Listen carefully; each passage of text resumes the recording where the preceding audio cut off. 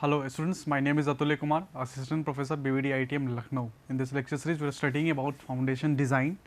Today's topic is Introduction to Well Foundation. Basically, in our previous lectures, we have studied about different types of caisson. Caisson is a initial phase of construction for a well foundation, and in that lecture, in the previous two lectures, we have discussed about different types of caisson and design of caisson. Basically, the well foundation is an modified form of open caisson.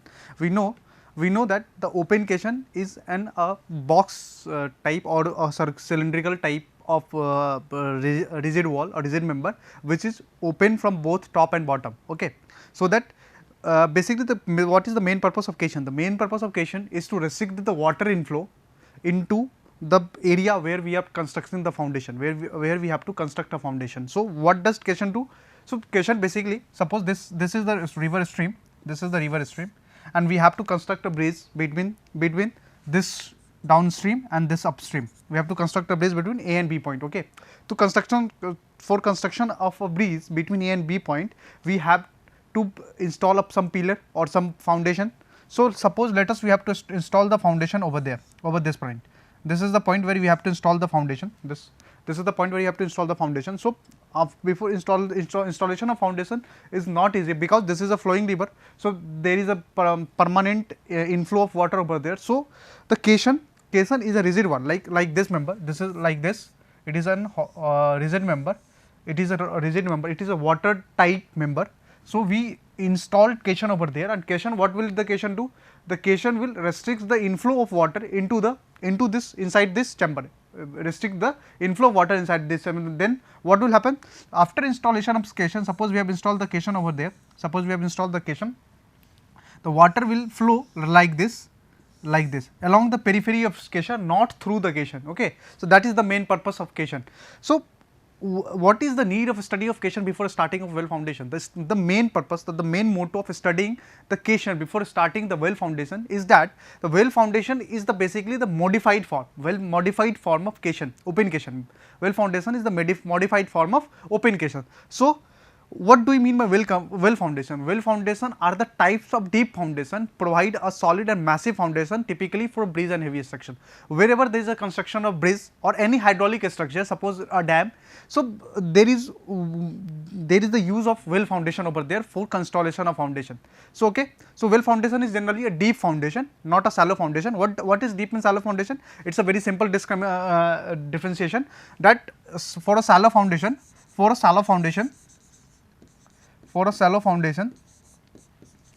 df by b, it should be less than equal to 1. What is df? df is the depth of foundation and b is the width of foundation, and it should be less than equal to 1. And for deep foundation, this condition will be reverse, that df upon b, it is greater than 1. This is the case of for deep foundation. This is the case for deep foundation. Okay. So, well foundation is a type of deep foundation. Well foundation is a type of deep foundation. Okay.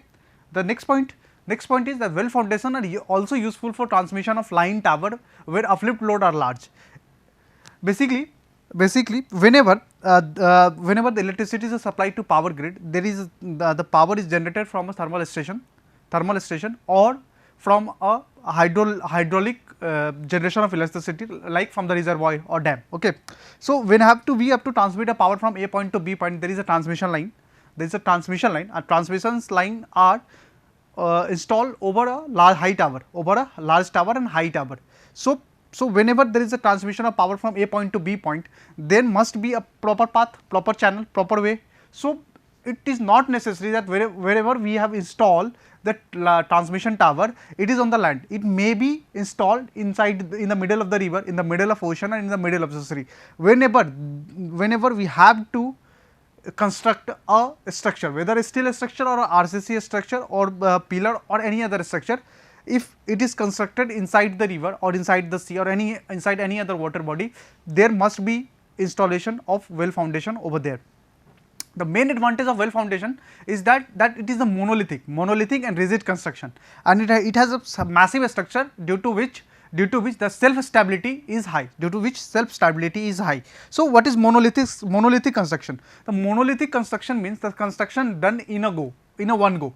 okay, then there should not be any joint, okay, there should not be any joint. So monolithic structure is a structure which is constructed inside one go, okay, inside one go, and due to its rigidity and heavy, it is a self sustained or self stable structure, okay. Well foundation can also be conveniently installed in a boulder stratum, wherever the river bed does not consist of a soil, it consists of a rock or boulder, we can easily install the well foundation over there. Well foundation was first originated in India. This is the one of the most important prime moment, that the first use of well foundation is been in India, and one of the most important monument of our country is being constructed on a well foundation, that is Taj Mahal. The main foundation of a Taj Mahal is well foundation. Main foundation of Taj Mahal is an well foundation. We have already discussed that well foundation is a type of open caisson, It can be constructed either on the sea, land, rock, soil, whatever the process. At the location where the depth of water is greater than 5 meter to 6 meter, then the velocity of water is high, and wells can be fabricated on the bank and floated to the final position and then grounded. It means that whenever the depth of water depth is more than 5 to 6 meter, which means that velocity of water is high at that point, at that location the velocity of water is high, due to which the in situ installation or in situ construction of a well foundation is difficult, or it is nearly to the impossible. So we have to install or we have to fabricate the well foundation at the bank, and then we transport it to the site where we have to install it, okay. So well foundation can be in situ or can be cast in place. Basically it can be both, depending on the situation and ease of construction. Once the well has touched the bed, the sandbags are deposited for increase in self weight. So suppose we have installed the well foundation or caisson over there. So to increase its self stability, we have to increase its self weight. We can't increase after construction. We cannot increase the thickness of the member. So we can inbuild or we can infuse some sandbag or gravel or some pouring the some sand, so that there is an increase in self weight of a well foundation, okay. So now we will study what are the different parts of well foundation. So this is a pictorial representation of a well foundation, a typical representation of a well foundation. It mainly consists of, from top, if we start from the top, it mainly consists of top plug. This is known as top plug, okay. Then this is staining, this one is cutting edge, this one is clip, and this one is a bottom plug or concrete club or cemented concrete plug, okay. This is the bottom plug or cement concrete plug, this is cutting edge, this is staining, this is top plug, and over there is a well cap, this is well cap, okay. So बारी बारी से हम लोग इन सभी का हम लोग use करेंगे। तो सबसे पहले बात करते हैं स्टेनिंग के बारे में। What is steining? तो steining it is the wall और shell of the well made up of RCC which transfer the load to the curb and act as enclosure for the excavating soil for the penetration of well.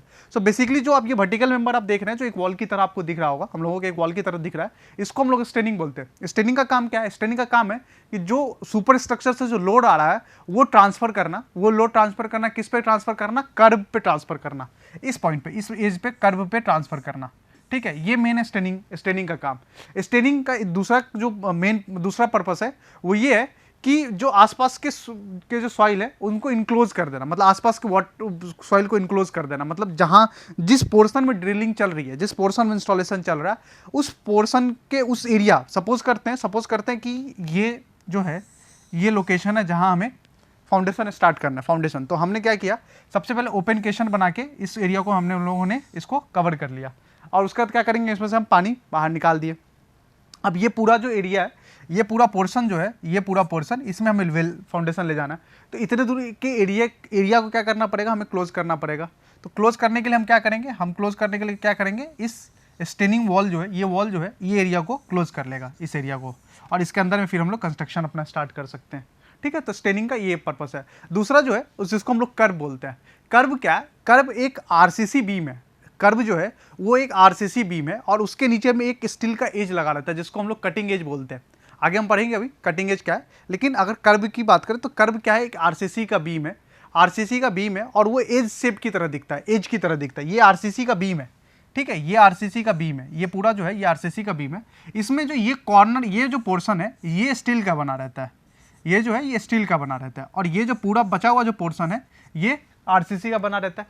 बाहर वाला जो portion वो steel का बना रहता है, जो कि बाद में ब्लेड की तरह काम करता है। तो ये बाहर वाला पोर्शन स्टील की बना रहता है, बाकी जो है वो आरसीसी का मेंबर है, आरसीसी का सेक्शन है। अब इसका काम क्या है? इसका काम ये है कि जो स्टेनिंग से जो लोड आ रहा है, स्टेनिंग से जो लोड आ रहा है वो लोड इस पे जाएगा और ये लोड ट्रांसफर करेगा कंक्रीट के इस प्लग पे, ठीक है। तो कर्व का ये काम है। दूसरा जो पार्ट है कटिंग एज। कटिंग एज नाम से पता चल रहा है कि जब हम ड्रिल करेंगे या जब हम सॉइल के अंदर में इंसर्ट कर रहे होंगे वेल को, तो उस केस में उस पॉइंट पे वेल क्या करेगा, ड्रिल करते हुए या होल करते हुए, स्कैवेट करते हुए नीचे जाएगा। तो स्कैवेट करने के लिए या कोई भी चीज़ को हमें अगर निकालना है, वहाँ से मिट्टी निकालना है, तो उस केस में हमें क्या करना पड़ता है, नाइफ की तरह नाइफ चाहिए होगा। अगर नाइफ क्या होता है, एक शार्प स्टील का, स्टेनलेस स्टील का यूज़ होता है, तो वो क्या करता है, कट करता है। तो सेम पर्पस है कि यहाँ पे एक स्टील का प्लेट लगा रहता है, जो जिस पोर्शन पे जहाँ से हमारा वेल का जो वेल फाउंडेशन जो है वो नीचे जा रहा होगा, वहाँ की मिट्टी को वो कट करता हुआ चला जाएगा ताकि ड्रिलिंग और आसान हो जाए। सेकंड, उसके बाद जो पोर्शन है उसको हम लोग बोलते हैं बैकफिल। उसके बाद जो पोर्शन है उसको बोलते हैं बैकफिल। बैकफिल क्या है? बैकफिल नाम से पता चला कि जब एक बार हम लोगों ने इंस्टॉलेशन कंप्लीट कर दिया, हम लोग ने वो इंस्टॉलेशन कंप्लीट कर दिया और उसमें से पानी को बाहर निकाल दिया, हमने पानी को बाहर निकाल दिया, तो हम उस मोमेंट में क्या करेंगे, उसमें सैंड फिल कर देंगे, ग्रेवल फिल कर देंगे, रॉक फिल कर देंगे, ताकि एक स्टेबिलिटी मेंटेन हो जाए। और ये जो वैकेंट स्पेस दिख रहा है, ये जो खाली स्पेस दिख रहा है, इस खाली स्पेस को फिल कर दिया जाए और इसके ऊपर में कैप लगा दिया जाए, जिसको हम लोग वेल कैप बोलते हैं, ठीक है। उसके बाद नेक्स्ट जो है वो बात होती है टॉप प्लग की।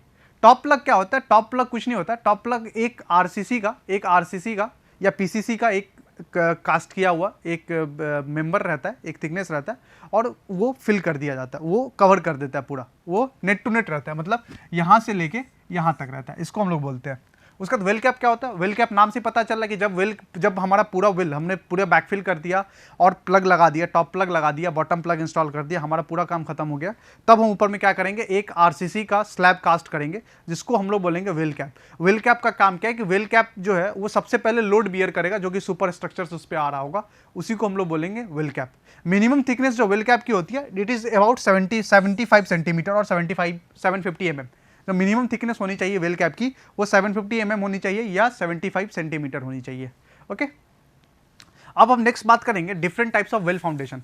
तो different types of well foundation में वेल फाउंडेशन के जो टाइप्स होते हैं वो बेसिकली जो डिफ्रेंशिएट किए गए हैं वो किए गए on the basis of shape.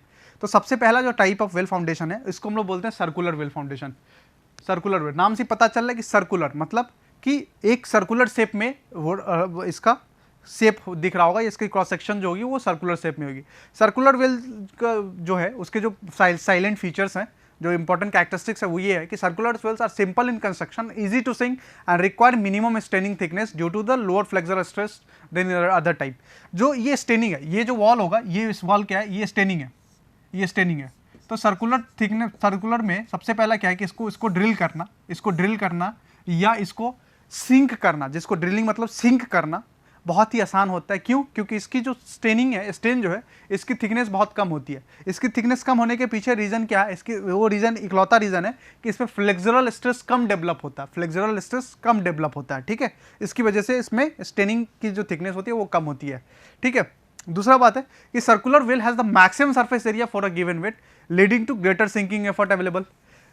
जो हमारा सर्कुलर वेल है इसका जो सरफेस एरिया होता है वो मिनिमम होता है, इसका जो सरफेस एरिया मिनिमम होता है, ठीक है, मिनिमम होता है। अगर एक पर्टिकुलर वेट की बात करें, अगर 100 किलोन्यूटन 100 किलोन्यूटन की बात करें with respect to different shape, जो कि हम लोग आगे पढ़ेंगे, उसके रिस्पेक्ट में जो सरफेस एरिया है वो सर्कुलर का सरफेस का कम होता है, जिसमें जो सिंकिंग एफर्ट होगा अवेलेबल होगा वो बहुत कम लगाना, मतलब आराम से हम उसे सिंक कर सकते हैं, ठीक है। दूसरी बात है सर्कुलर वेल जो है पोसेस हाई स्ट्रेंथ और subjected to low bending stress due to the absence of sharp corner. Since यहाँ पे कोई शार्प कॉर्नर नहीं होता, ये जो पूरा सरफेस है ये कंप्लीट बेंड है, तो जिसकी वजह से एक कोई भी फ्लेक्सुरल स्ट्रेस डेवलप नहीं होता, ड्यू टू यहाँ पे कोई फ्लेक्सुरल स्ट्रेस डेवलप नहीं होता। उसके बाद इसको सिंक करने के लिए आपको मल्टीपल साइड से ड्रेज नहीं, यानी कि एक्सकावेट नहीं करना पड़ेगा, आप एक ही साइड से एक्सकावेट करते हुए आप नीचे सिंक कर सकते हैं। तो only one dredger are available, ठीक है। अगर दूसरी बात है कि every point on the cutting edge is constant distance from the centre of the dredge hole and chances of tilting of well during the sinking are less. मतलब इसमें जो सिंक करने के लिए जो ड्रेज रहा होगा वो ड्रेज का जो डिस्टेंस होगा वो कटिंग एज से कांस्टेंट डिस्टेंस पे होगा। क्यों? क्योंकि देखिए ड्रेज कहीं यहाँ पे इंस्टॉल रहा होगा, तो अगर कटिंग एज यहाँ से तो वो हर एक उसके रेडियस के डिस्टेंस के बराबर में होगा, रेडियस के डिस्टेंस के बराबर, जिसके से क्या होगा कि यूनिफॉर्म सिंकिंग हो रहा होगा और कोई टिल्टिंग नहीं होगी। वेल फाउंडेड वेल में कोई टिल्ट नहीं आएगा, एक कांस्टेंट सिंक होता चला जाएगा। ठीक है, सर्कुलर वॉल जो होता है that offers greater resistance to the lateral load due to increase in surface area. Surface area ज़्यादा होने की वजह से ये लेटरल लोड को ज़्यादा रेसिस्ट करते हैं। तो maximum diameter of circular well जो होता है वो जनरली लिमिट किया जाता है कि 9 मीटर से ज़्यादा का डायमीटर का सर्कुलर वेल हम लोग डिज़ाइन नहीं करेंगे या कंस्ट्रक्ट नहीं करेंगे। दूसरा टाइप का जो फाउंडेशन है, वेल फाउंडेशन है, it is twin circular well. नाम से पता चले बाकी सारा फेनोमेना सेम होगा, बस इसमें क्या होगा कि ये जो पूरा बॉक्स रहेगा, ये जो पूरा रहेगा, ये पूरा जो रहेगा वो एक सर्कुलर वेल नहीं रहेगा, ये दो वेल रहेंगे, ट्विन, तभी नाम है ट्विन।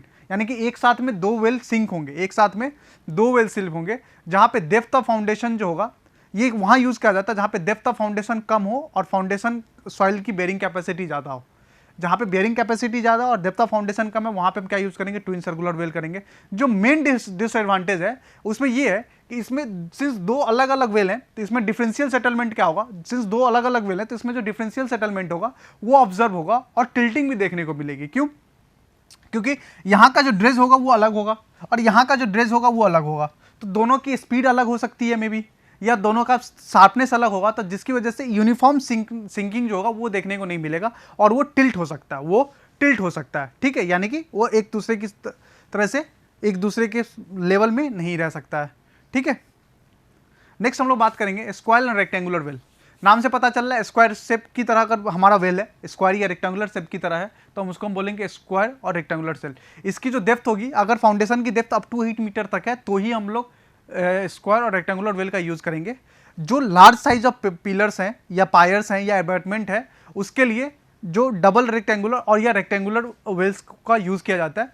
बेंडिंग स्ट्रेस जो होता है वो बहुत ही ज़्यादा होता है due to very high straining, क्योंकि इसके स्ट्रेनिंग की थिकनेस क्या होगी, बहुत ही ज़्यादा हो जाएगी। बहुत ही ज़्यादा थिकनेस होने की वजह से इसमें बेंडिंग स्ट्रेस ज़्यादा, क्योंकि अभी हम लोगों ने जस्ट पढ़ा था कि सर्कुलर वेल में स्ट्रेनिंग की थिकनेस कम होती है क्योंकि वहाँ पे फ्लेक्सुरल स्ट्रेस की वैल्यू कम होती है। लेकिन रेक्टेंगुलर में कॉर्नर बहुत ज़्यादा हैं, बहुत ही ज़्यादा कॉर्नर, जिसकी वजह से फ्लेक्सुरल स्ट्रेस डेवलपमेंट की चांसेस बहुत ज़्यादा है। इसी वजह से उसमें स्ट्रेनिंग की थिकनेस ज़्यादा करनी पड़ती है, और जैसे ही स्ट्रेनिंग की थिकनेस ज़्यादा होती है तो सिंकिंग में हमें प्रॉब्लम ऑब्जर्व करने को मिलेगा, क्योंकि थिकनेस ज़्यादा है तो सॉइल को ज़्यादा जो प्रोसेस सिंकिंग के प्रोसेस में प्रेशर एग्जर्ट करना पड़ेगा सिंक करने के लिए, वो ज़्यादा एग्जर्ट करना पड़ेगा। और सिंस इस प्रॉब्लम की वजह से इसमें टिल्टिंग भी ऑब्जर्व करने को मिल सकते हैं, टिल्टिंग भी ऑब्जर्व करने को देखने को मिल सकता है।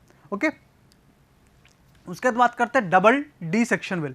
डबल डी सेक्शन मतलब कि इसमें एक, जैसे ये डायग्राम से पता चल रहा है, एक तो ये डी है और दूसरा ये डी है, तो इसीलिए इसका नाम दिया गया डबल डी। डबल डी जो है वो रेक्टेंगुलर और या जो डबल रेक्टेंगुलर है या डबल स्क्वायर वेल है, उनका अपडेटेड वर्जन है। अपडेटेड वर्जन क्या है, इसमें 2 फायदा है। पहला फायदा क्या है, पहला फायदा ये है कि इसमें आप देख सकते हैं कि इसके रिस्पेक्ट में यहाँ पे कोई शार्प एजेस नहीं है। अब जैसे ही शार्प एजेस नहीं है, इसका मतलब फ्लेक्सुरल स्ट्रेस कम होगा। फ्लेक्सुरल स्ट्रेस कम होगा तो इसका मतलब क्या है, फ्लेक्सुरल स्ट्रेस कम होने का जो मतलब है वो इकलौता मतलब है कि इसमें जो ड्रेज होल होंगे, इसमें जो ड्रेज होल आपको देखने को मिलेंगे ये कम देखने को मिलेंगे। 2 ड्रेज होल एक साथ आराम से सिंक करते हुए चला जाएगा।